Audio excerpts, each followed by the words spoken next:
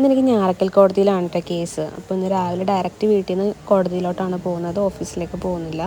കോടതിയെക്കുറിച്ചും കേസുകളെക്കുറിച്ചൊക്കെ അറിയാത്ത കുറച്ച് പേര് എന്നോട് ചോദിച്ചിട്ടുണ്ടായിരുന്നു. എല്ലാ കേസും ഒരു കോടതിയിൽ വെച്ചാൽ പോരെ, എന്തിനാണ് പല പല കോടതിയെന്ന്.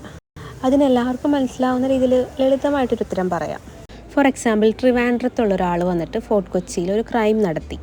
ആ കുറ്റം അന്വേഷിക്കാനുള്ള പൂർണ്ണ ഉത്തരവാദിത്തം ഫോർട്ട് കൊച്ചി പോലീസിനായിരിക്കും.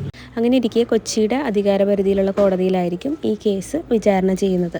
പക്ഷേ എല്ലാ കേസും ഒരുപോലെ ആയിരിക്കത്തില്ല കേട്ടോ. ഫാമിലി കേസ് അല്ലെങ്കിൽ വലിയ വലിയ കുറ്റകൃത്യങ്ങൾ, അതിനൊക്കെ കുറച്ച് വ്യത്യാസമുണ്ട്. അപ്പോൾ അതൊക്കെ വേറൊരു വീഡിയോയിൽ പറയാം കേട്ടോ. ഇന്ന് ഞാൻ ഫുൾ ബ്ലാക്ക് യൂണിഫോമാണ് കേട്ടോ. ഞങ്ങൾക്ക് ബ്ലാക്ക് ആൻഡ് വൈറ്റ് യൂസ് ചെയ്യാം, ഫുൾ വൈറ്റ് യൂസ് ചെയ്യാം, ഫുൾ ബ്ലാക്ക് യൂസ് ചെയ്യാം. പിന്നെ കുറച്ച് ഉള്ളിലോട്ടുള്ള കോടതികളിലൊക്കെ വക്കീലന്മാർ ബ്ലാക്കും വൈറ്റും അല്ലാതെ യൂണിഫോമായിട്ട് റെഡും ഗ്രീനും കളറൊക്കെ യൂസ് ചെയ്യാറുണ്ട്. പക്ഷേ ഇവിടെയൊക്കെ കൂടുതലും ബ്ലാക്ക് ആൻഡ് വൈറ്റ് തന്നെയായിട്ട് യൂസ് ചെയ്യുന്നത്.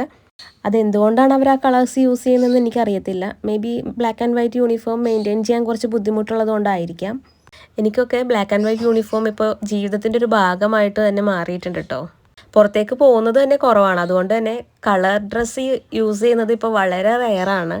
അങ്ങനെ ഉച്ചയായപ്പോഴത്തേക്കും വീട്ടിലെത്തി. അല്ലിമോളെയും കൂട്ടിയിട്ടാണ് കേട്ടോ ഞാൻ വന്നത്. വീട്ടിലെത്തിക്കഴിഞ്ഞ് ഞാൻ എന്തിനോ വേണ്ടി വാങ്ങി വെച്ചിരിക്കുന്ന കുറേ കുപ്പിയോളകൾ ഇങ്ങനെ പൊടി പിടിച്ചിട്ടുണ്ടായിരുന്നു.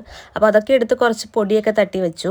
ഞാൻ നേരത്തെ പറഞ്ഞതുപോലെ സ്പെഷ്യൽ ഒക്കേഷനൊക്കെ പോകുന്നത് വളരെ കുറവായതുകൊണ്ട് ഇതൊന്നും അങ്ങനെ യൂസ് ചെയ്യാൻ പറ്റാറില്ല. പിന്നെ ഈവനിങ് ആയപ്പോൾ അല്ലിമോൾക്ക് പോപ്കോൺ തിന്നാൻ ഭയങ്കര കൊതി കേട്ടോ. അപ്പോൾ ഞാൻ ബിഗ് ബാസ്ക്കറ്റിൽ നിന്ന് ഇങ്ങനെ ഒരു പോപ്കോണിൻ്റെ ഒരു പാക്കറ്റ് വാങ്ങി വെച്ചിട്ടുണ്ടായിരുന്നു. അങ്ങനെ അതൊക്കെ ഉണ്ടാക്കി കഴിച്ചു. അപ്പോൾ അത്രയുള്ള വീഡിയോ ഇഷ്ടപ്പെട്ട് ലൈക്ക്, സബ്സ്ക്രൈബ്, നെക്സ്റ്റ് വീഡിയോയിൽ കാണാം.